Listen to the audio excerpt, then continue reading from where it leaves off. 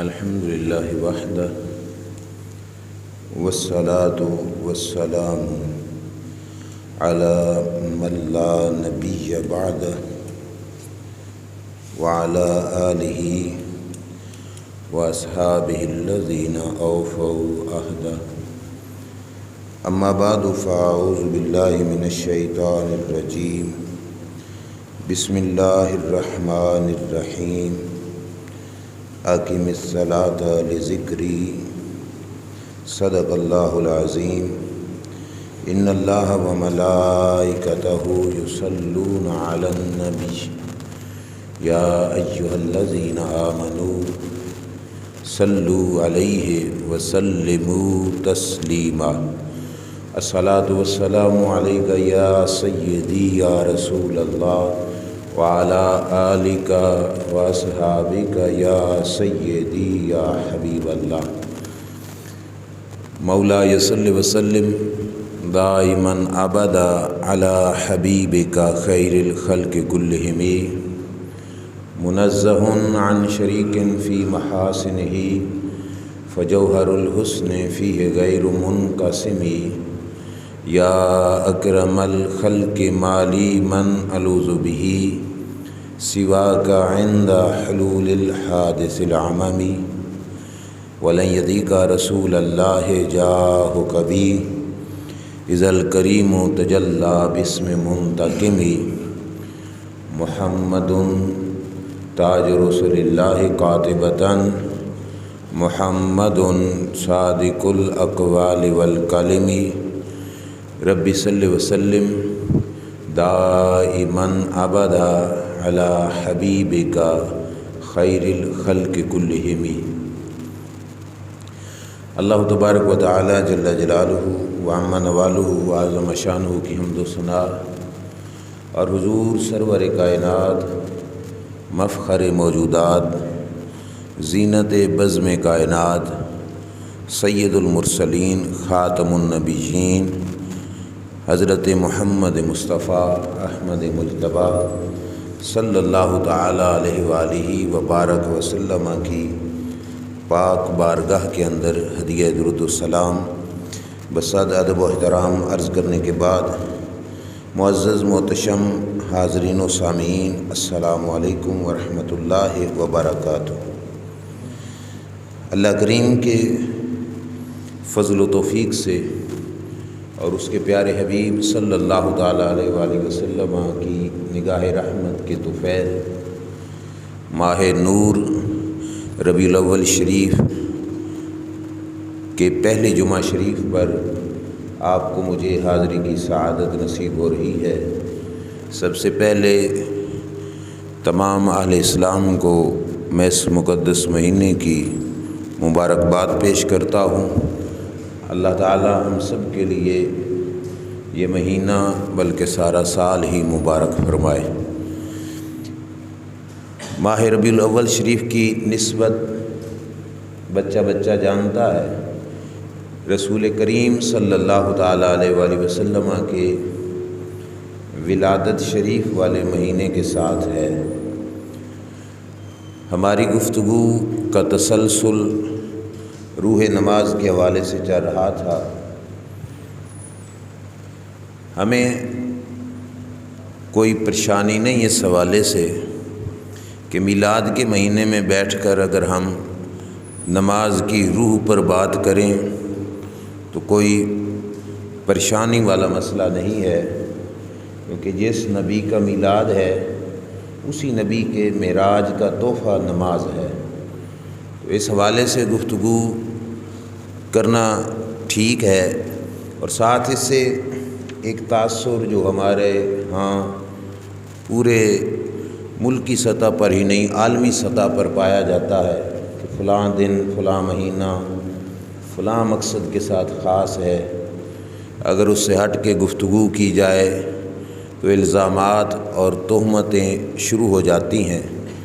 تو اہل سنت کا میلاد کے ساتھ جو تعلق ہے وہ کسی سے چھپا ہوا نہیں، لیکن اس کے باوجود روح نماز پر گفتگو کرنا یہ ایک تسلسل اور نماز کی اہمیت اور تحفہ جس ہستی کی طرف سے ہمیں ملا ہے اس وجہ سے ہم نے یہ سلسلہ جاری رکھا، لہٰذا یہ ذہن میں بات بٹھا لی جائے کہ کسی موقع پر کوئی خاص دن کسی خاص نسبت کے ساتھ متعلق ہو، عنوان گفتگو اگر کچھ اور ہو تو اس کا یہ مطلب قطعاً نہیں ہوتا کہ ہمارا اس دن کے ساتھ کوئی تعلق نہیں۔ ہم میلاد والے بھی ہیں، ہم اپنے محبوب صلی اللہ علیہ وسلم کے معراج والے بھی ہیں، اور معراج کے تحفہ جو نماز ہے اس کے ساتھ بھی ہمارا ایک تعلق ہے۔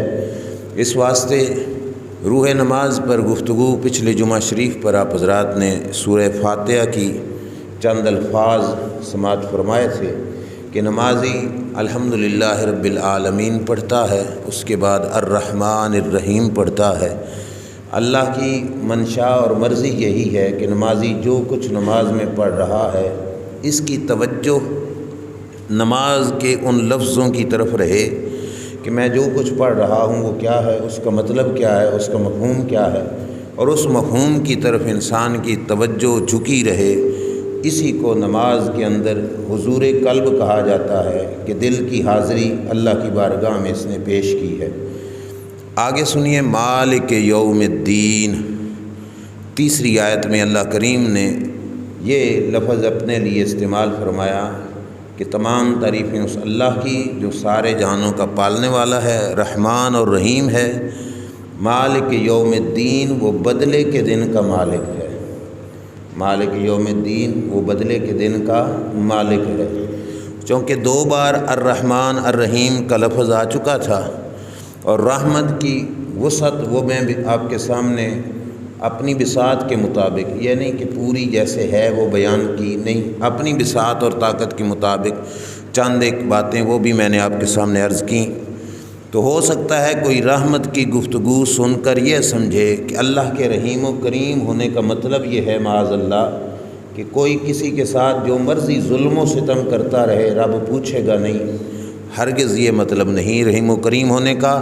اللہ نے اس وہم کو فوراً دور کیا، فرمایا مالک یوم الدین، رحیم بھی ہوں رحمان بھی ہوں، بڑا کرم فرمانے والا ہوں، لیکن اس کے ساتھ ساتھ بندے یہ بھی ذہن میں رکھنا بدلے کے دن کا بھی میں ہی بادشاہ ہوں، جس دن ہر کسی کو اس کا بدلہ ملے گا، ہر ظالم سے بدلہ لیا جائے گا، ہر مظلوم کو سامنے ظالم کو پیش کیا جائے گا، جس کا حق کسی نے کھایا اس کے سامنے اس کو پیش کیا جائے گا، جس نے کسی کی جائیداد ضبط کی اس کے سامنے اس کو پیش کیا جائے گا، جس نے 1 انچ کے برابر بھی کسی کے حصے پہ قبضہ کر لیا اس کو بھی اس کا بدلہ دیا جائے گا، جس نے اپنے زور اور طاقت کے بیس پر کسی کے حق پر ناجائز قبضہ اور کنٹرول کر لیا اس سے اللہ کریم بدلہ لے کر دے گا۔ وہ عظیم دن کون سا ہے؟ وہ قیامت کا دن ہے کہ جس دن ہر کمزور بڑا طاقتور ہوگا، جو دنیا کے اندر بہت زیادہ ماڑا ہے اس کو بھی اللہ کریم جرت دے گا، وہ اپنے ساتھ ظلم کرنے والے کو پکڑ کر اللہ کے حضور پیش کرے گا، اور اللہ کریم جل شانہ ہر ظالم سے بدلہ لے گا۔ فرمایا وہ دن ایک ہی دن ہے جس کو یوم دین یعنی بدلے کا دن کہا جاتا ہے، قیامت کا دن جسے کہا جاتا ہے، وہی دن ہے جس دن اللہ کے حضور ہر کوئی پیش ہوگا اور اللہ کریم ہر کسی کا فیصلہ کرے گا۔ یہ لفظ ہمیں اس بات کی یاد دہانی کراتے ہیں کہ بندے اللہ کی رحمت پر اعتماد اور بھروسہ کرتے ہوئے کسی کے ساتھ ناجائز سلوک نہ کرنا، اور یہ کہ کوئی گناہ بھی اس کی نافرمانی یہ سوچ کر کہ وہ بڑا رحیم و کریم ہے لہٰذا میں جو مرضی کرتا جاؤں بخش دے گا۔ میں پھر کہہ رہا ہوں رحیم و کریم بہت بڑا ہے، اس کی رحمت کا اندازہ ہمارے الفاظ بھی نہیں لگا سکتے، ہمارے خیال اور سوچ بھی نہیں لگا سکتی، بہت بڑا کریم ہے، لیکن ساری رحمت اور کریمی کے ساتھ ساتھ وہ بدلے کے دن کا بھی مالک ہے۔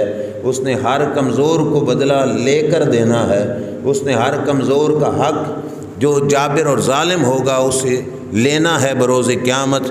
یہ دنیا کے ماحول میں جنہوں نے کسی کے حق مارے، اور بالخصوص بڑوں کے دنیا سے پردہ کر جانے کے بعد جو لوگ اپنی بہنوں کی وراثت پر قبضہ کر لیتے ہیں کہ بہنوں کو وراثت میں سے حصہ ہی نہیں دیا جاتا، اور یہ سوچ کر نہیں دیا جاتا کہ وہ تو جہیز لے گئیں لہٰذا اب وراثت میں ان کا کوئی حصہ نہیں ہے، بہت بڑا ظلم ہے۔ اللہ تعالیٰ ان لفظوں سے بار بار نمازی کو یاد کراتا ہے کہ خبردار سن، وہ مالک یوم الدین ہے، وہ بدلے کے دن کا مالک ہے، اس نے ہر کسی کو اس کے کیے کا بدلہ دینا ہے۔ اور حدیث پاک میں نبی کریم علیہ السلام نے اس کی مثال بیان کی۔ یہ بات پہلے ذہن میں رکھنا، حساب کتاب فقط جنوں کا اور انسانوں کا ہوگا، باقی مخلوق کا حساب و کتاب کوئی نہیں۔ لیکن سرکار نے مثال سمجھاتے ہوئے ارشاد فرمایا کہ اگر سینگوں والی بکری نے بغیر سینگوں والی کو دنیا میں سینگ مارا ہوگا تو رب اس کو قیامت کے دن سینگ دے گا کہ تم بھی اپنا بدلہ لے لے، یعنی اس قدر بدلے کا دن ہوگا قیامت والا دن۔ یہ احساس پیدا کیا جا رہا ہے کہ اس بدلے کے دن کی تیاری کی جائے، اور اسی طرح ذرہ برابر نیکی ہوگی تو اس کا بدلہ بھی اسے ملے گا، ذرہ برابر گناہ ہوگا تو اس کا بدلہ بھی اسے ملے گا۔ اس واسطے اسے مالک یوم الدین کہا جاتا ہے۔ یہ پورا نقشہ قیامت کھینچ کر سورہ فاتحہ کے یہ لفظ بندے کو اللہ کی بارگاہ میں پیش کرتے ہیں کہ اے بندے یہ تصور کر لے کہ وہ ذات جس کی بارگاہ میں تو کھڑا ہے وہ قیامت کے دن کی مالک ہے۔ اللہ کے 3 نام ذکر ہو گئے، رب العالمین، الرحمن الرحیم اور مالک یوم الدین۔ یہ نام ذکر کرنے کے بعد، اللہ کی تعریف کرنے کے بعد، اب بندہ اللہ کے حضور عرض گزار ہوتا ہے، ایاک نعبد و ایاک نستعین۔ کیا مطلب؟ یہ لفظ پڑھتے ہوئے بھی بندے کو یہ تصور کرنا چاہیے کہ میں کیا کہہ رہا ہوں۔ ان لفظوں کا مطلب یہ ہے کہ بندہ عرض گزار ہوتا ہے، مولا ہم تیری ہی عبادت کرتے ہیں اور تجھ ہی سے مدد طلب کرتے ہیں۔ آسان لفظوں میں سمجھاؤں، شاید ہی کا لفظ سمجھ نہ آیا ہو، تو معنی یہ ہے کہ مولا ہم صرف تیری عبادت کرتے ہیں، صرف تجھ ہی سے مدد مانگتے ہیں، عبادت بھی صرف تیری تے مدد بھی صرف تیری ذات سے ہی ہم مانگتے ہیں۔ اب بندہ چوتھی آیت سورہ فاتحہ کی اس کے اندر یہ عرض گزار ہوتا ہے۔ سرکار دو عالم صلی اللہ علیہ وسلم نے خود فرمایا کہ حدیث قدسی اللہ فرماتا ہے کہ میں نے سورہ فاتحہ کو اپنے اور بندے کے درمیان میں تقسیم کر لیا ہے۔ 3 آیتیں خالص بندے کی، 3 آیتیں خالص میری تعریف کی، اور درمیان میں 1 آیت ہے جس میں بندے نے اپنا رشتہ میرے ساتھ بتایا ہے، یعنی اس میں بندے نے اپنی بات بھی کی ہے اور میری بات بھی کی ہے۔ الحمد سے لے کر مالک یوم الدین تک یہ خالصتاً رب کا حصہ کہ رب کی ثنا ہو گئی، اور اہدنا الصراط المستقیم سے لے کر غیر المغضوب علیہم ولا الضالین تک یہ بندے کے لیے دعا، اس کا تعلق بندے کے ساتھ ہے۔ اور ایاک نعبد و ایاک نستعین یہ وہ لفظ ہیں جس میں بندہ اپنی بندگی کا بھی اظہار کر رہا ہے اور اللہ کے معبود ہونے کا بھی اظہار کر رہا ہے، اللہ کے مختار ہونے کا بھی اظہار کر رہا ہے۔ تو ایاک نعبد و ایاک نستعین کہا کہ یا اللہ ہم تیری ہی عبادت کرتے ہیں، تجھ ہی سے مدد طلب کرتے ہیں۔ لفظوں پہ غور کرنا، تیری ہی عبادت کرتے ہیں، تجھ ہی سے مدد مانگتے ہیں۔ مسئلہ عربی گرامر کا ہے لیکن آسانی سے میں آپ کو سمجھاؤں گا۔ ایاک، یہ لفظ جو نعبد سے پہلے کھڑا ہے، ایاک، عربی قانون کے مطابق اس کی جگہ ہے نعبد کے بعد میں۔ کہاں پہ ہے؟ نعبد کے، لیکن کہاں پہ گیا؟ نعبد سے پہلے۔ اگر نعبد کے بعد ہوتا تو معنی یہ ہوتا ہم تیری عبادت کرتے ہیں بس، لیکن پہلے آیا تو معنی کیا ہو گیا؟ ہم تیری ہی عبادت کرتے ہیں۔ اب تھوڑا معنی کے اندر زور پیدا ہوا، ہم تیری عبادت کرتے ہیں، تیری ہی عبادت کرتے ہیں، فرق ہے نا۔ جہاں پہ آیا تیری ہی عبادت کرتے ہیں تو مطلب ہے عبادت کسی اور کی، صرف تیری عبادت کرتے ہیں۔ یہ اللہ کریم جل شانہ نے اپنے کلام میں یہ لفظ پہلے لگوایا، پڑھنا ہم نے تھا، لیکن لفظ آئے کہاں سے؟ رب کی طرف سے ہی آئے۔ ایاک قانون کے تحت بعد میں جگہ ہے، لیکن کہاں پہ گیا؟ بولیے پہلے۔ معنی کیا بنا؟ تیری ہی ہم عبادت کرتے ہیں۔ اب ایاک کا معنی ہے تیری، اور اس تیرے سے مراد کون ہے بھلا؟ بولیے اللہ۔ تو نعبد سے پہلے تیرا، یعنی اللہ کا ذکر پہلے آیا، اس کی وجہ بڑی پیاری بیان کی گئی۔ کہا عبادت سے پہلے ایاکا لانے کا مقصد یہ تھا کہ اے بندے اپنی عبادت کو بعد میں دیکھنا، پہلے ذات خدا کو دیکھنا۔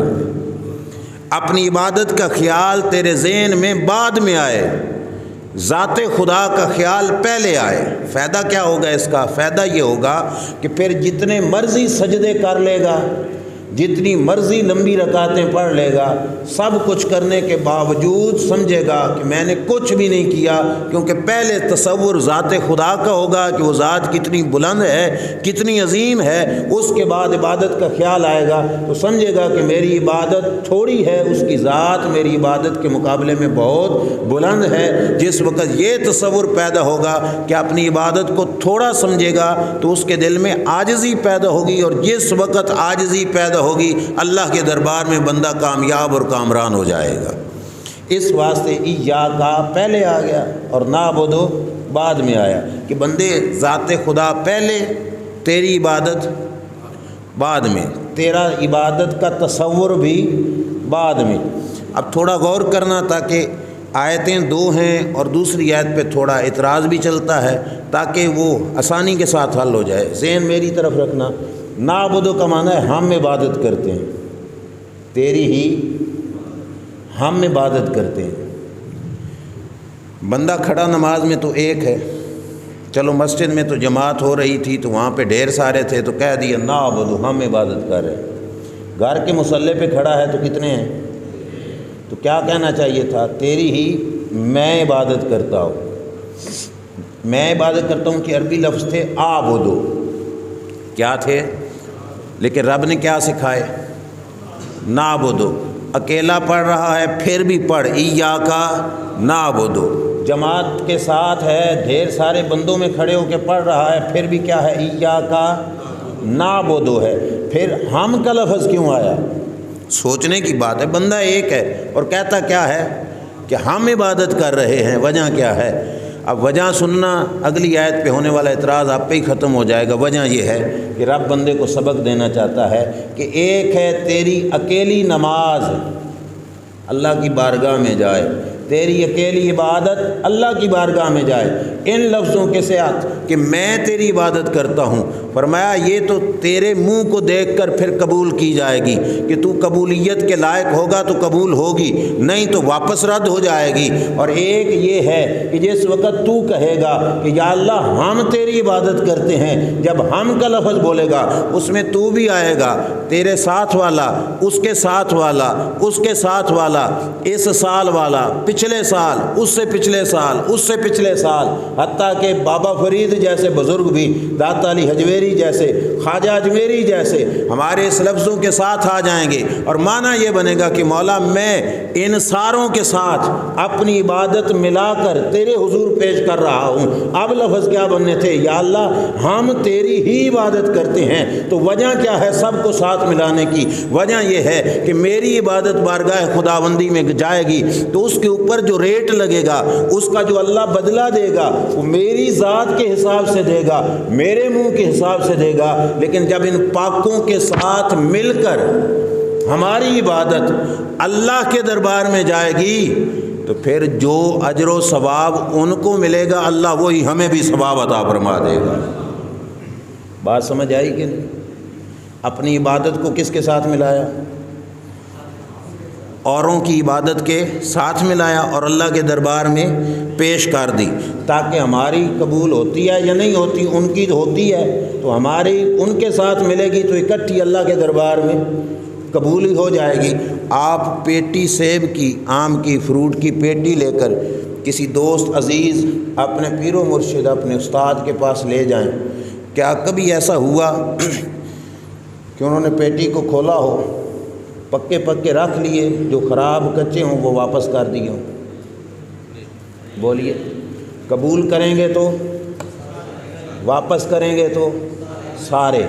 اللہ کی بارگاہ میں ہم جیسے ماڑے، کمزور، کچے، خراب اپنی عبادت جب پیش کریں گے تو ان لوگوں کی عبادت تو قبول ہوگی، اور ان کی قبول کر کے ہماری واپس کر دے، یہ کریموں کی شان نہیں۔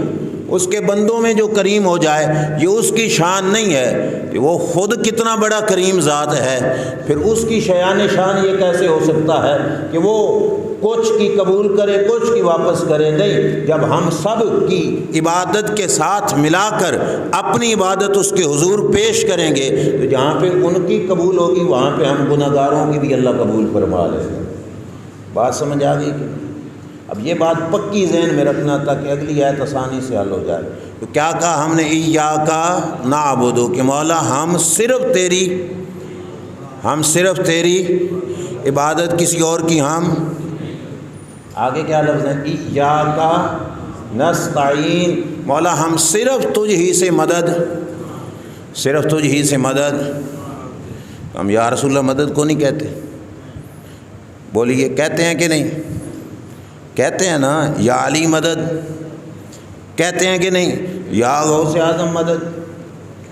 نماز میں ہم اور کچھ کہتے ہیں، باہر کچھ اور کہتے ہیں، نہیں، ہرگز نہیں ہے۔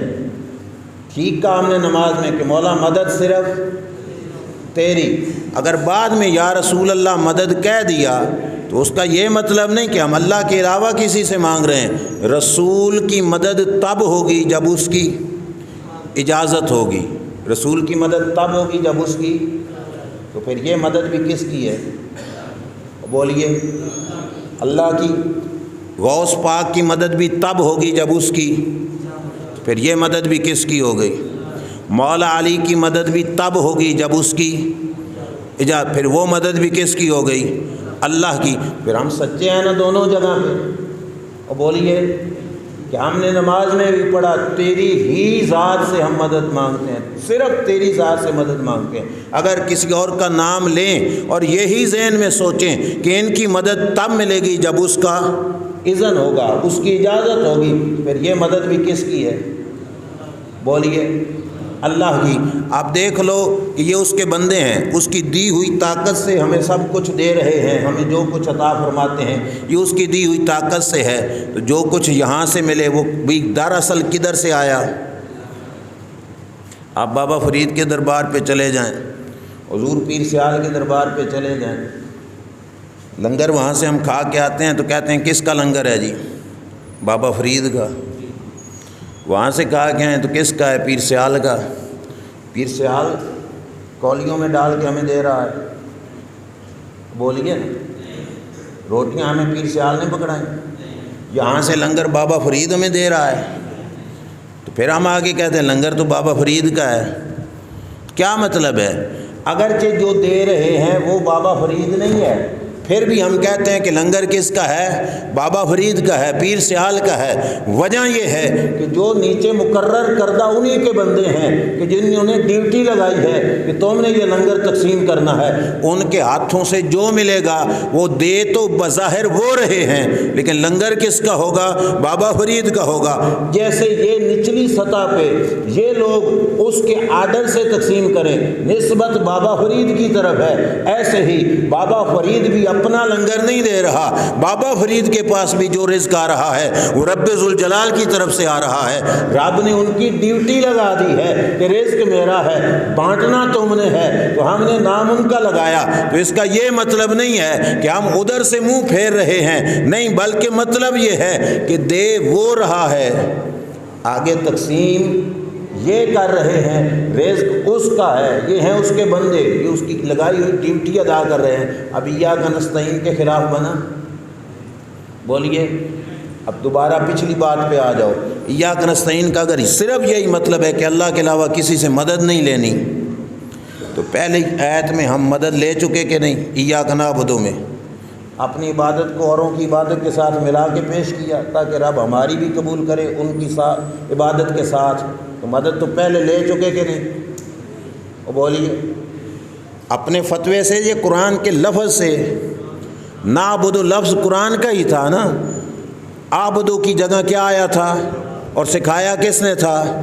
اللہ نے۔ تو پھر رب نے گویا خود سبق دیا کہ میرے بندوں سے مدد لو۔ ایاک نستعین کا مطلب یہ نہیں کہ صرف اللہ سے مدد لینا اور کسی اور کو اللہ کی اجازت سے بھی مدد دینے کا حال سمجھنا، یہ غلط ہو جائے گا۔ اس واسطے ایاک نستعین کا مطلب یہ ہے کہ کائنات میں جو کچھ بھی ہو رہا ہے، بظاہر بندہ بیٹھا ہو، تو بندے کی ذاتی طاقت نہیں سمجھنی، سمجھنا ہے یہ جو کچھ بھی کر رہا ہے، بول یہ رہا ہے، طاقت رب عطا فرما رہا ہے۔ سمجھ آئی کہ نہیں؟ بولیے۔ تنخواہ ماہانہ ہمارے والد صاحب لے کے آتے ہیں، بڑے بھائی لے کے آتے ہیں، کھاتے پیتے ہم ہیں، تو کیا ہم یہ کہیں کہ ہمیں وہ پال رہے ہیں؟ دراصل پالنے والی ذات کس کی ہے؟ اللہ کی۔ یہ تو درمیان میں کیا ہیں؟ سبب ہیں، یہ تو درمیان میں وسیلہ ہیں۔ اب ان سے لے کر کھانا شرک ہو جائے گا؟ بولیے۔ بھائی کی تنخواہ سے پورا گھر چل رہا ہے تو یہ شرک ہو رہا ہے، ابو کی سیلری سے پورا گھر چل رہا ہے تو یہ شرک ہو رہا ہے۔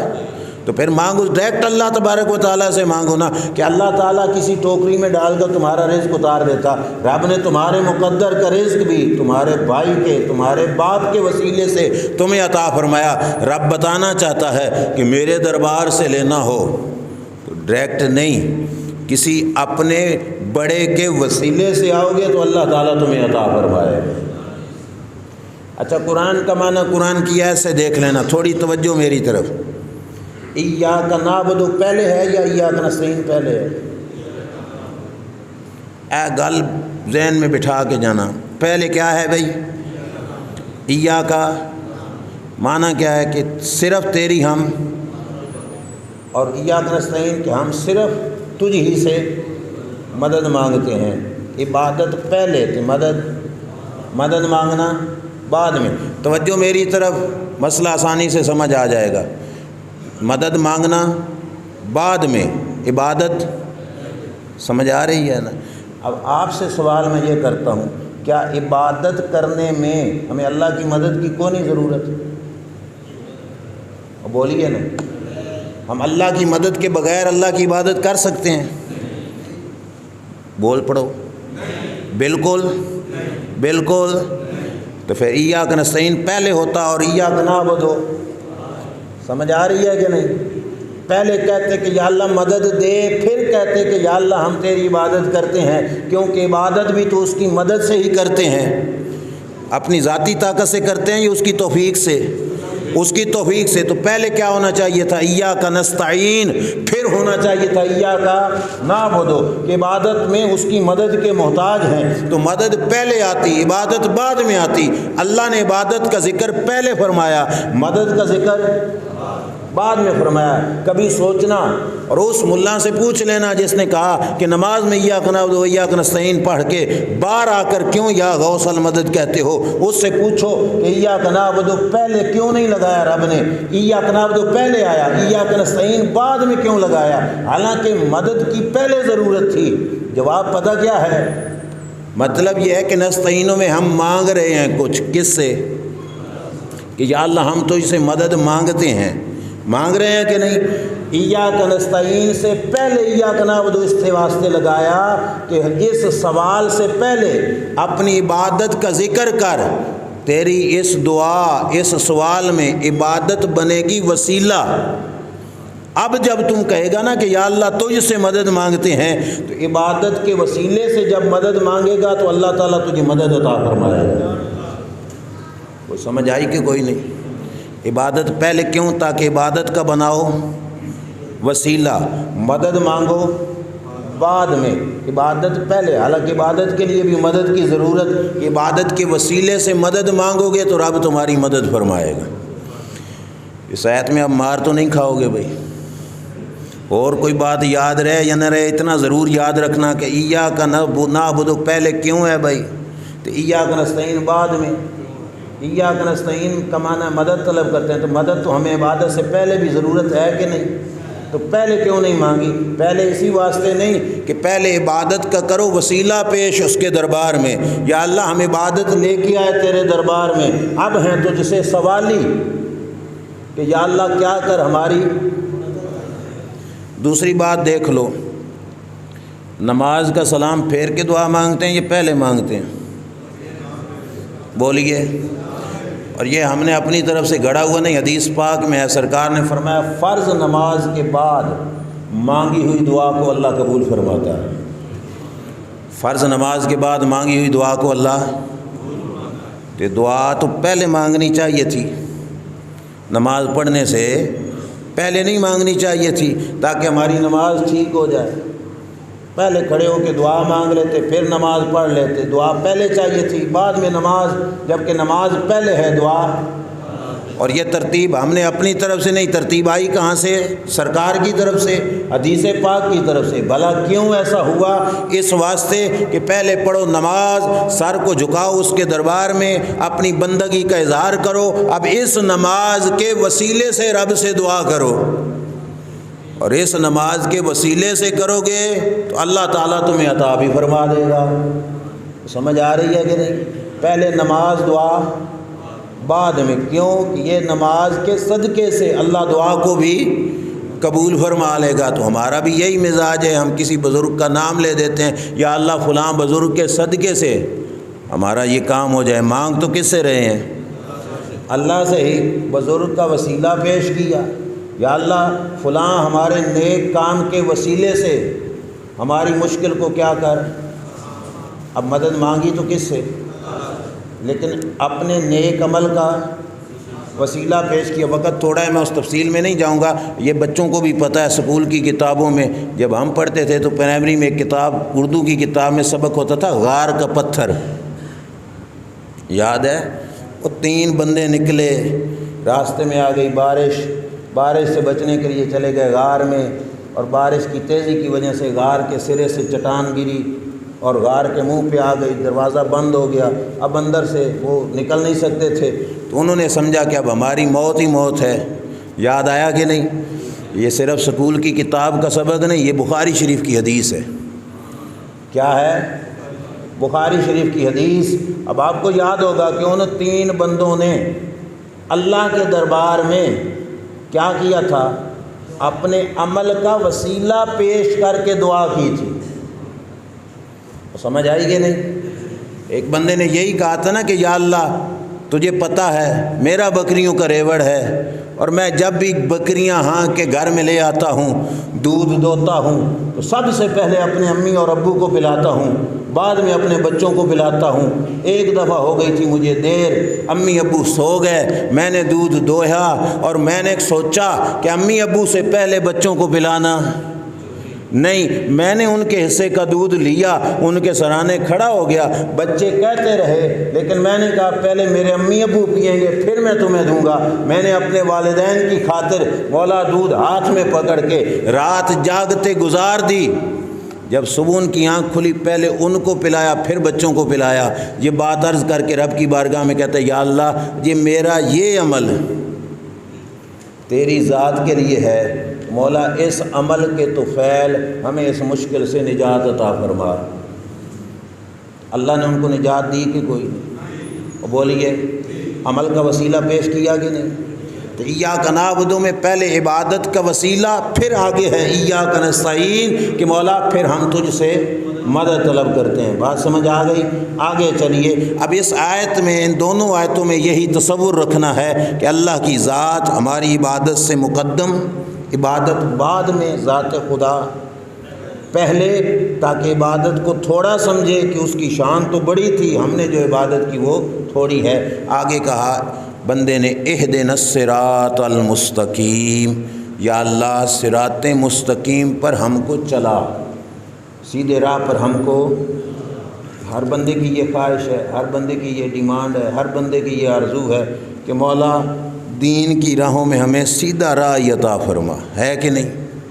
اور بولیے ہر بندے کی خواہش ہے۔ تو اللہ ہر نماز میں کیا کروا رہا ہے؟ بندے سے دعا کروا رہا ہے۔ بندے دعا کر کے یا اللہ ہمیں سیدھی راہ پہ چلا، تو نماز سیدھی راہ کوئی نہیں؟ بولیے سیدھی راہ ہے کہ نہیں؟ تو نماز میں کھڑے ہو کر کیا کہہ رہا ہے؟ عجیب بندہ ہے بھائی، کھڑا نماز میں پھر کہتا ہے سیدھی راہ پہ چلا، تو سیدھے راہ تھے تو تم آیا کھڑا، پھر کیوں کہتا ہے سیدھی راہ پہ چلا؟ توجہ رکھنا، اس سے پتہ چلا کہ ہر کسی کی نماز نیکی کا کام نہیں ہوتی، کسی کی نماز الٹا اس کے لیے باعث گناہ بن جاتی ہے۔ حوصلے سے پریشان نہیں ہونا، ہر کسی کی نماز عبادت نہیں بنتی، کسی کی نماز اس کی پھٹکار کا سبب بن جاتی ہے۔ حدیث پڑھتا ہوں میں، سرکار نے فرمایا رب قاری یقرؤون القرآن والقرآن یلعنہم، فرمایا اکثر اوقات قاری قرآن پڑھ رہا ہوتا ہے اور قرآن قاری کو لعنت کر رہا ہوتا ہے۔ قرآن پڑھنے والے کو لعنت کر رہا ہوتا ہے۔ اب سمجھو کیسے، ایک بندہ ہے جس کا وتیرہ ہی ہے جھوٹ بولنا، تو قرآن میں ہے جھوٹوں پہ لعنت کے نہیں؟ فنجعل لعنت اللہ علی الکاذبین، اللہ کی لعنت ہو کن پر؟ اب جس وقت یہ آیت پڑھے گا تو لعنت اس کے اپنے اوپر بھی جائے گی کہ نہیں؟ ہے قرآن پڑھنے والا پر لعنت اپنے اوپر جا رہی ہے۔ ہر کسی کی نماز عبادت نہیں، کئی بندوں کی نماز ان کی رسوائی کا پھٹکار کا سبب بنتی ہے۔ کیسے بھلا؟ بظاہر تو وہ نماز کی شکل پوری کر رہا ہے، لیکن دل میں سوچ رہا ہے کہ فلاں ملک صاحب بیٹھے ہیں، وہ دیکھیں کہ میں اتنی لمبی رکعت کی، میں نے بڑا لمبا سجدہ کیا، اتنا لمبا رکوع کیا، بڑے عجز کے ساتھ میں نے نماز پڑھی، تاکہ بعد میں وہ مجھے کہیں کہ یہ بندہ تو بڑا ہی نیک ہے جی، بڑی لمبی نمازیں پڑھتا ہے۔ یہ نماز ثواب دے گی کہ گناہ؟ بولیے۔ بظاہر تو اس نے سجدہ کیا، لیکن اس نماز کا کخ فائدہ اسے کوئی نہیں ہوگا، کیونکہ یہ نماز اس نے بندوں کے لیے کی۔ اس واسطے کہا کہ یا اللہ نماز میں کھڑے ہو کر بھی یا اللہ سیدھی راہ پہ چلا، تاکہ ہمیں نماز بھی اسی طرح پڑھنے کی توفیق عطا فرما جیسے سیدھے راہ والوں کی نماز ہوتی ہے۔ ہماری اپنی مرضی سے جو نماز ہے ہو سکتا ہے وہ ہمیں تباہی کی طرف لے جائے، ہمیں اس طرح توفیق دے مولا کہ جیسے ان لوگوں نے پڑھی جن کی نماز تجھے پسند آ گئی، جن کی نماز پر تو نے ان کو اجر عطا فرمایا۔ اس واسطے نماز میں ہونے کے باوجود صراط مستقیم مانگا۔ سمجھ آئی کہ نہیں؟ آگے کیا پڑھتے ہو؟ صراط الذین انعمت، اب صراط مستقیم کا معنی تھا سیدھی راہ۔ میرے پاس بیٹھو گے تو میں کہوں گا بھائی جو راہ میں بتا رہا ہوں یہ سیدھی ہے، کسی اور مسجد میں چلے گئے تو اس مسجد کے مفتی صاحب کہیں گے جو میں بتاؤں وہ سیدھا ہے۔ ٹیلی ویژن پہ آپ نے کسی کو سنا تو اس نے کہا کہ جو میں بتاؤں وہ سیدھا ہے۔ نیٹ کے اوپر کسی کو سنا تو وہ کہے گا جو میں بتاؤں وہ سیدھا راہ ہے۔ اب آپ تو پھنس گئے کہ نہیں؟ اکثر لوگ پوچھ لیتے ہیں جائیے تو کتنے جائیے؟ بھائی اللہ نے خود لفظ واضح کر دیے، صراط مستقیم پہ جانا ہے، صراط مستقیم مانگا ہے رب سے، تو فرمایا صرف صراط مستقیم پہ بریک نہ لگاؤ، آگے پڑھو صراط الذین انعمت علیہم، کہ یا اللہ صراط مستقیم وہی جو تیرے انعام یافتہ بندوں کا راستہ ہے۔ تیرے انعام یافتہ، تیرے انعام یافتہ اے بندے کون ہیں؟ خدا، بول پڑھو، خدا ہیں، یہ بندے ہیں۔ خدا تو صرف اس سے مانگ رہے ہیں ہم، اس خدا سے کہ یا اللہ صراط مستقیم پر چلا، اور رب نے خود طریقہ بتایا، صراط مستقیم پڑھ کے یہ پڑھو کہ راستہ ان لوگوں کا کہ یا اللہ جن پر تیرا انعام ہوا، تے جن پر انعام ہوا وہ ہیں کون؟ خدا کے بندے۔ بولیے بندے ہیں یا خدا ہیں؟ بندے ہیں نا، جن پر انعام ہوا وہ کون ہے؟ خدا کے بندے۔ انعام کرنے والا کون ہے؟ خدا۔ جن پر ہوا وہ خدا کے، توجہ میری طرف۔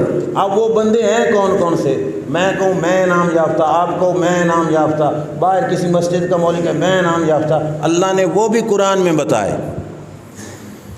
اب ہے مزہ کہ نہیں کہ رب نے کسی معاملے میں ہمارے ساتھ ادھار نہیں کیا، بس صرف ہمیں منہ کرنے کی ضرورت ہے کہ راہ لبدی جائے گی آرام نہ۔ پہلے تھا صراط مستقیم سیدھا راہ، وہاں سے سوچا نہ پڑے کہ سیدھا راہ ہے کون سا، ہر بندہ کہے گا میں سیدھی راہ پر ہوں۔ اللہ نے فرمایا بولو صراط الذین انعمت علیہم، جن پر اللہ نے انعام کیا انہی لوگوں کا راستہ کیا ہے؟ سیدھی راہ ہے۔ انہی کا راستہ کیا ہے؟ سیدھی راہ ہے۔ اب انعام یافتہ کون ہے؟ اللہ نے فرمایا یہ بھی میں خود بتاتا ہوں، انعم اللہ علیہم من النبیین والصدیقین والشہداء والصالحین۔ کتنے لوگ بتا دیے اللہ نے؟ چار بندے نہیں، 4 عہدے بتائے۔ ان 4 عہدوں میں بندے خربوں آ جائیں گے۔ پہلے کیا فرمایا؟ انعام یافتہ میں پہلا نمبر ہے نبیین۔ کن کا ہے؟ بولیے انبیاء کرام علیہم السلام، گویا نمازی کہتا ہے کہ مولا مجھے نبیوں کی راہوں پہ چلا، مجھے کن کی راہ پہ چلا؟ کن کی راہ پہ؟ انبیاء کی راہ پہ چلا۔ تو دوسرا راستہ نبیین کے بعد کن کا؟ صدیقین، سچوں کا راہ۔ کن کا؟ بھائی میں نیوٹرل ہو کے بول رہا ہوں، صرف سچوں پہ ہی رہ جاتے ہیں۔ کس کا راہ؟ سچوں کا، سچ بولنے والوں کا، بس ادھر تک ہی رہ جاؤ۔ کن کا راہ؟ سچ بولنے کے دو طریقے ہوتے ہیں، ایک ہوتا ہے زبان کا سچا، ایک ہوتا ہے زبان کا بھی سچا تے دل کا بھی سچا۔ تے رب نے کسے سچا کہا ہوگا؟ جو دل کا سچا ہے۔ جو کس کا سچا ہے؟ زبان پہ اور دل میں اور، وہ سچا۔ منافق کہتے تھے کہ نہیں، قالوا نشہد انک لرسول اللہ، ہم گواہی دیتے ہیں کہ آپ اللہ کے رسول ہیں۔ زبان کا یہ سچ تھا کہ نہیں؟ سرکار اللہ کے رسول تھے، پر دل میں مانتے تھے؟ رب نے قبول کیا؟ تو اللہ کی بارگاہ میں سچائی کون سی؟ جو دل میں سچا ہو، جو دل سے کیا ہو؟ سچا ہو، فقط زبان سے سچا ہو، اندر سے کالا ہو، وہ قبول۔ تو پھر صدیقین سے مراد کون ہوئے؟ جو زبان کے بھی سچے ہوں، دل کے بھی سچے ہوں۔ اب اس مقام پر انبیاء کے بعد سب سے بڑے نبی ہمارے آقا صلی اللہ علیہ وسلم، اور ان کے بعد ابو بکر بھی صدیق ہیں کہ نہیں؟ اور بولیے ہم کھلے دل سے، ابو بکر بھی، عمر بھی، عثمان بھی، علی بھی، حسن حسین بھی، سارے صدیق۔ تو گویا کیا کہا کہ مولا ان کی راہوں پہ، ہمیں ان کی راہوں پہ چلا۔ ٹھیک ہے، اب صرف حسن و حسین پہ نہیں رک جانا، ان کے بعد جو ان کی راہ پر ہو وہ بھی کیا ہے؟ صدیق ہوگا کہ نہیں؟ چلو وہ آپ پہ ہی آ جائیں گے۔ فی الحال صدیقین، آگے کیا ہے؟ والشہداء، کیا ہے؟ شہید بھی کون ہیں؟ اللہ کے انعام یافتہ۔ تو ان کی راہوں پہ چلنے کی دعا مانگی کہ نہیں؟ اور بولو طلب کی رب سے دعا کہ نہیں؟ یا اللہ ان کی راہ پر بھی چلا جو تیری راہ میں شہید ہوئے۔ جڑا شہید ہویا وہ خدا ہے کہ خدا دا بندہ؟ بندے دی راہ منگی کہ نہیں؟ اور بولیے بندے کی راہ پہ یا اللہ ہمیں چلا۔ تھوڑا حوصلے سے سمجھنا۔ اب شہید کی راہ کیوں مانگی؟ کیونکہ شہید نے اپنی جان اس کے سپرد کر دی، اس نے پرواہ نہیں کی، مالک کی خاطر اپنی جان اس کے سپرد کر دی۔ چوتھے نمبر پہ آ گئے والصالحین، کیا ہے؟ بولیے کیا معنی ہے؟ شاباش، کیا ہے؟ نیکوکار۔ کیا ہے؟ نیکوکار لوگوں کی راہوں پہ بھی یا اللہ ہمیں نیکوکار انعام یافتہ، انعام یافتوں کی راہ صراط مستقیم۔ تے صراط مستقیم ہم نے کس سے مانگ لیا؟ رب سے۔ بابا فرید بدکار کے نیکوکار؟ اور بولو نا نیکوکار۔ خواجہ اجمیری، داتا علی حجویری، رب کا ہر سچا فقیر۔ اے بھانگ چرس پینے والے، ناچنے کودنے والے، آج کل کے فٹ پاتھوں پہ بیٹھنے والے، ان کی نہیں بات کر رہا۔ امام اعظم ابو حنیفہ، بولیے نا نیکوکار، یہ ان لوگوں کی بات کر رہا ہوں۔ یہ صالحین میں آئے کہ نہیں آئے؟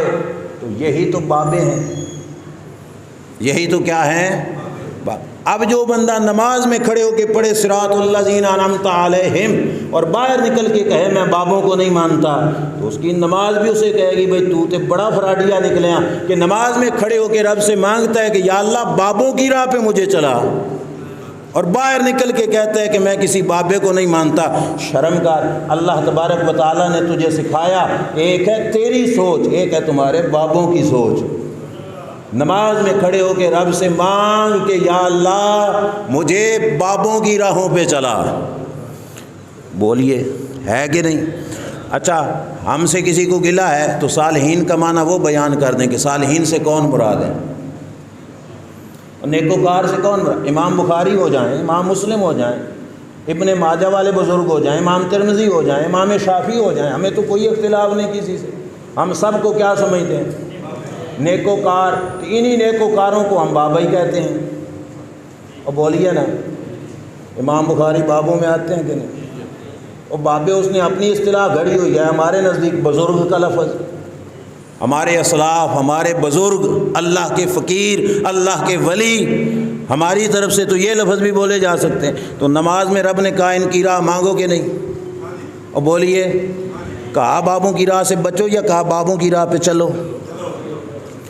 آگے چلو جی، یہاں تک یہ بات ذہن نشین کر لو گے تو ہو سکتا ہے جہلم کے جراثیم سے آپ بچ جاؤ گے انشاءاللہ۔ کہ قرآن نے ہمیں کس راہ پہ چلایا؟ نبیوں کی راہ، صدیقوں کی راہ، شہیدوں کی راہ اور نیکوکاروں کی راہ۔ کن کی راہ؟ اے بھائی ادھر تک میں نے نہ کوئی روایت بیان کی تو نہ اپنی ذاتی کوئی شرح، صرف کیا پڑھا ہے؟ قرآن۔ سمجھ لگی کہ نہیں؟ آگے چلو پھر قرآن پڑھو۔ صراط الذین انعمت علیہم کے بعد کیا ہے؟ غیر المغضوب علیہم ولا الضالین۔ یا اللہ انعام یافتہ لوگوں کی راہ پہ تو چلا، لیکن یا اللہ کچھ بندوں سے بچا، کچھ بندوں سے۔ کون؟ مغضوب علیہم، جن پر تیرا غضب ہوا، جن پر تیرا، ان سے۔ ولا الضالین، اور یا اللہ گمراہوں سے بھی، یا اللہ گمراہوں سے بھی۔ یہاں پہ آیا کہ بابوں سے بھی بچا؟ بولیے، بابوں کی راہ پر چلا کہ گمراہوں سے، جن پہ تیرا غضب ہوا ان سے بھی بچا۔ اب جن پر اللہ کا غضب ہوا، اب ایک ہے کہ ملا تشریح کرے کہ کون ہے، اور ایک ہے کہ جن پہ غضب ہوا اس کی تشریح رسول خدا فرمائے، کون سی زیادہ معتبر ہوگی؟ جو سرکار نے بیان کی وہی ہوگی۔ سرکار نے فرمایا مغضوب علیہم ایک اور الضالین گمراہ دو، فرمایا ان دونوں سے مراد کون ہے؟ یہودی اور عیسائی۔ کون ہو گئے جی؟ یہودی اور عیسائی۔ تو نماز نے کیا سبق پڑھایا؟ یا اللہ ان چاروں کی راہ پہ چلا تو یہودیاں تو، یہودیوں سے، عیسائیوں سے بچا۔ کیوں؟ وجہ یہ ہے فقط نیکوں کی راہوں پہ چلنا کافی نہیں ہوتا، بروں کی راہوں سے بچنا بھی ضروری ہوتا۔ اور سمجھ آئی کہ نہیں؟ فقط نیکوں کی راہوں پہ چلنا ضروری نہیں، کافی نہیں، بروں سے بچنا بھی۔ تم 100 سال نیکوں کی راہ پہ چلو، ایک لمحے کے لیے برے کی راہ پہ چل گئے تو پچھلی 100 سال کی کیا کر بیٹھو گے؟ برباد کر بیٹھو۔ سمجھ آ رہی ہے کہ نہیں؟ اسی بات سے رب نے یہاں پر دعا ختم نہیں کروائی ہم سے، فرمایا آگے بھی پڑھو غیر المغضوب علیہم ولا الضالین۔ یا اللہ یہودیوں سے بچا، عیسائیوں سے بچا۔ یہودی عیسائیوں سے بچنے کی اس واسطے دعا کی کہ ہم نیکی کی راہ پہ چلتے چلتے اگر کہیں کسی جگہ پر بھی دائیں یا بائیں ہو کر کسی ایک کی راہ کی طرف چلے گئے تو ہم برباد ہو جائیں گے۔ ہماری کامیابی اسی میں ہے کہ ہم اس کے انعام یافتہ لوگوں کی راہ پہ چلیں، اور انعام یافتہ ہے چاروں کی راہوں پر ہمارا چلنا کامیابی ہے۔ جو یہودی ہے وہ اللہ کا انعام یافتہ، جو عیسائی ہے وہ اللہ کا انعام یافتہ نہیں۔ مسئلہ پتہ کیا ہے؟ اب تھوڑا معذرت کے ساتھ، یہودی اور عیسائی یہ تقریباً ہر فرقے کو قبول ہو جاتے ہیں۔ یہودی عیسائی کی بات آ جائے نا تو وہاں پہ ہمارے بھی جو ان پڑھ بے عمل وہ بھی چلے گئے، دوسرا طبقہ بھی ادھر چلا گیا۔ ان کی تقریر ان کے خلاف گھٹ ہوگی تو پہلے چاروں میں سے جو بالخصوص صالحین ہیں ان کے خلاف زیادہ ہوگی۔ جن سے رب نے بچنے کا کہا کبھی ان کے خلاف بھی تو بولو، یہود کے خلاف بھی تو بولو، عیسائیوں کے خلاف بھی تو۔ اب کسی کو غصہ نہ آئے خلاف کیوں کہہ رہا ہے؟ بھائی غیر کا معنی بھی کیا ہے؟ خلاف۔ رب نے بچان واسطے لفظ استعمال فرمایا کہ نہیں؟ بچن کا طریقہ ہے اسی مخالفت ہو سی کہ نہیں؟ بولو تو صحیح۔ عیسائیوں کی مخالفت کے بغیر عیسائیوں کی راہ سے بچ سکتے ہیں؟ جاگ کر بولو نا، مخالفت کے بغیر ان کی راہ سے بچ سکتے ہیں؟ ایک کام عیسائی بھی کر رہا ہے، تم کو چلو ہم بھی کر لیتے ہیں، کوئی بات نہیں، یہ تو مخالفت تو کوئی نہیں ہوئی، لیکن آپ اس کی راہ سے بچے نہیں بچے، اللہ کے غضب والے لوگوں میں شامل ہو جاؤ گے۔ تو پھر بچنے کا کیا طریقہ ہے؟ جس طریقے پہ وہ چلے تم اس طریقے پہ نہ چلو، اس کے طریقے کی کیا کرو؟ مخالفت کرو۔ اس راہ پر سرکار نے کیا کیا؟ اپنی ساری زندگی اپنی امت کو چلایا، نیکی بھی کرنی ہے، یہودی عیسائیوں کی مخالفت بھی کرنی ہے۔ فقط نیکی سے کامیاب نہیں ہوگا جب تک ان کی مخالفت یعنی ان کی راہ کو چھوڑے گا نہیں۔ اب سرکار دو عالم صلی اللہ علیہ وسلم جس وقت تشریف لائے، غیر مسلم قوم میں ایک طبقہ تھا جو مونچھیں بڑی رکھتا تھا، اور ایک طبقہ تھا جو داڑیاں منڈاتا تھا۔ میرے نبی علیہ السلام نے فرمایا، مسلمانوں تم نے دونوں کی کیا کرنی ہے؟ اب تو بولو نا، دونوں کی کیا کرنی ہے؟ مخالفت۔ کسی سے گناہ ہو رہا ہے وہ اس کا اپنا ذاتی عمل ہے، شریعت تو سچی ہے کہ نہیں بھائی؟ تو سب کو اسے قبول تو کرنا چاہیے نا، کم از کم قبول کرے گا تو پھر کم صرف یہ ہوگا کہ میں اپنے آپ کو گناہگار سمجھے گا۔ جب اپنے آپ کو گناہگار سمجھے گا اللہ کے حضور شرمندہ ہوگا، اور یہی شرمندگی اس کی معافی کا سبب بن جائے گی۔ سمجھ آ رہی ہے؟ سرکار نے کیا فرمایا؟ دونوں کی کیا کرو؟ بولو نا۔ مسلمانوں کو کیا حکم دیا؟ مونچھیں کرو پست، داڑیاں مونچھیں پست، داڑیاں بڑھاؤ، تاکہ دونوں کی کیا ہو جائے؟ مخالفت ہو جائے۔ ایک طبقہ صرف سر پہ ٹوپی رکھتا تھا اور ایک طبقہ سر ننگا رکھ کے چلتا تھا۔ میرے نبی علیہ الصلوۃ والسلام نے فرمایا دونوں کی مخالفت کرو، سر پہ رکھو ٹوپی، اوپر باندھو امامہ، تاکہ دونوں کی کیا ہو جائے؟ بولیے، مخالفت ہو جائے۔ مزار عرب شریف کے اندر دو قسم کے بنتے تھے اس علاقے کے اعتبار سے، ایک ہوتا تھا لاحد کی شکل اور ایک ہوتا تھا سیدھا نیچے گڑا، جیسے ہمارے علاقوں میں عام بنایا جاتا ہے۔ لاحد تھوڑا نیچے کھود کر قبلے کی جانب ایک الگ سامی سی بنائی جاتی ہے، اسے لاحد کہا جاتا ہے۔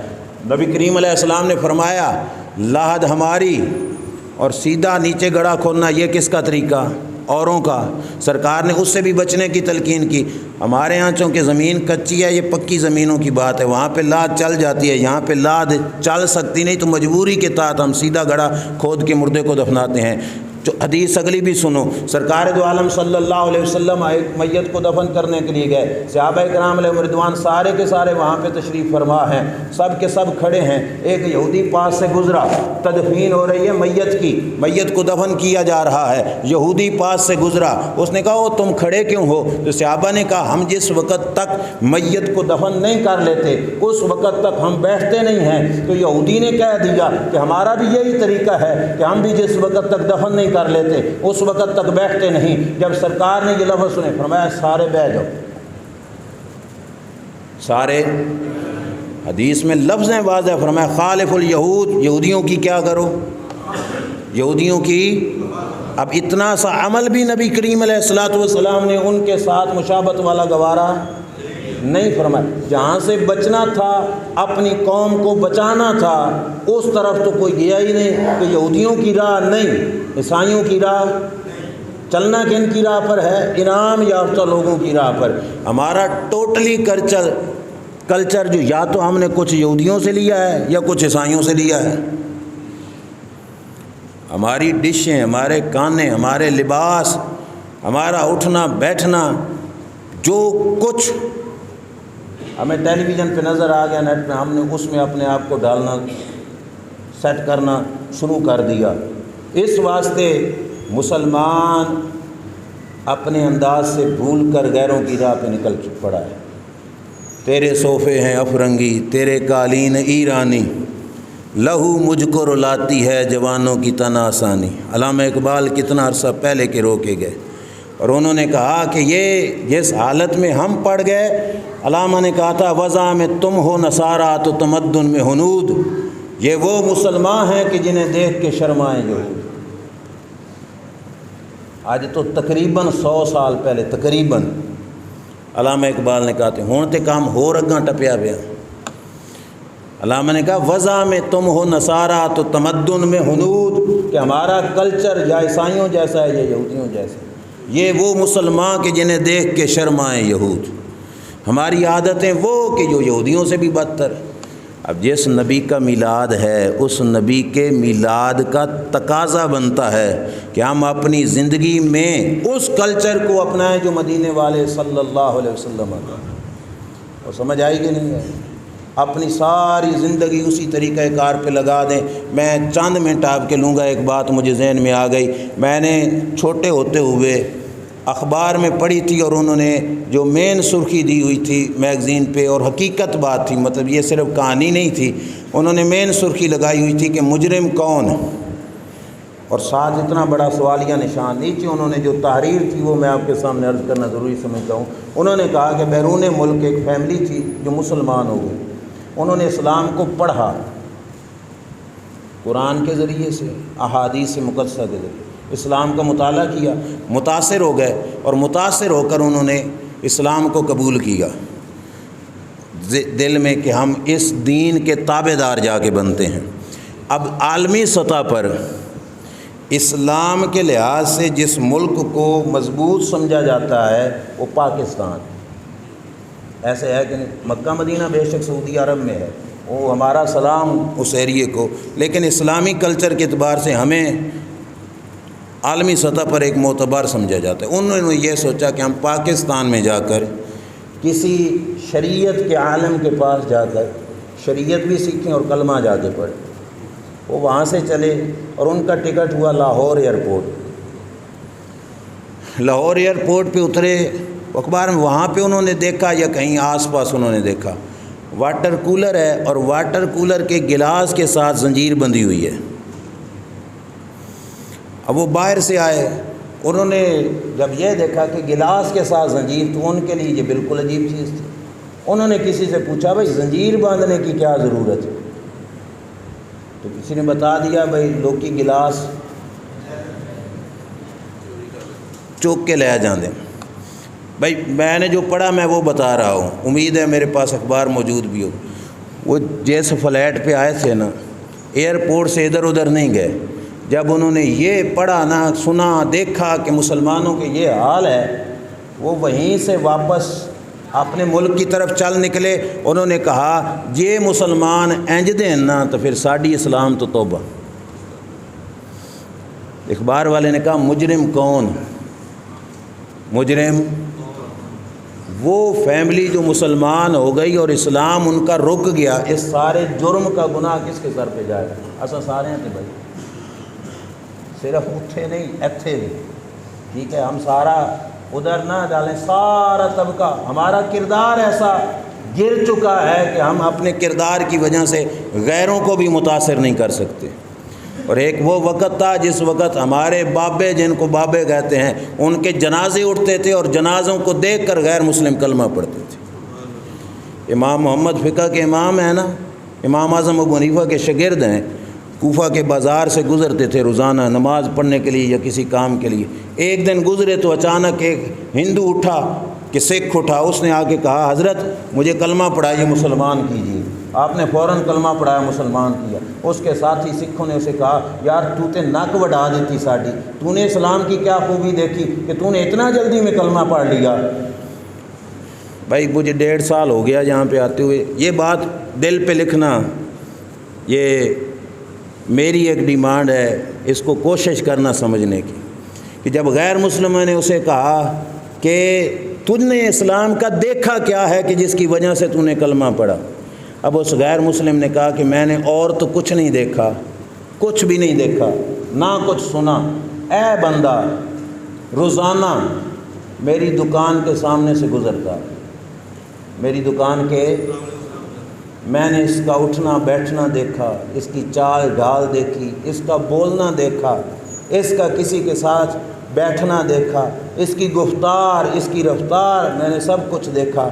آج میرے ضمیر نے فیصلہ کیا یار جس مذہب کا چھوٹا محمد اتنا کمال کا ہے، ان کے بڑے محمد کی کیا شان ہوگی، لہذا اٹھو اور کلمہ پڑھو۔ اس واسطے میں نے کلمہ پڑھا۔ ان کی صورتیں، ان کے کردار لوگوں کو کلمہ پڑھاتے تھے، اور ہمارا کردار کلمہ پڑھنے کے لیے آنے والوں کو واپس بھیج رہا۔ اس واسطے نماز میں ہم نے پڑھا کہ یا اللہ صراط مستقیم پر چلا، انعام یافتہ لوگوں کی راہ دے، اور یہودی عیسائیوں کی راہ سے ہمیں بچا، یہ کام ان کے تھے جو ہم نے اپنے اندر ڈال، ہمارے کرتوت بن گئے۔ اللہ تعالیٰ کی بارگاہ میں دعا ہے کہ اللہ کریم جل شانہ ہمیں قرآن مجید کی اس دی ہوئی راہ پر چلنے کی توفیق عطا فرمائے۔ وآخر دعوانا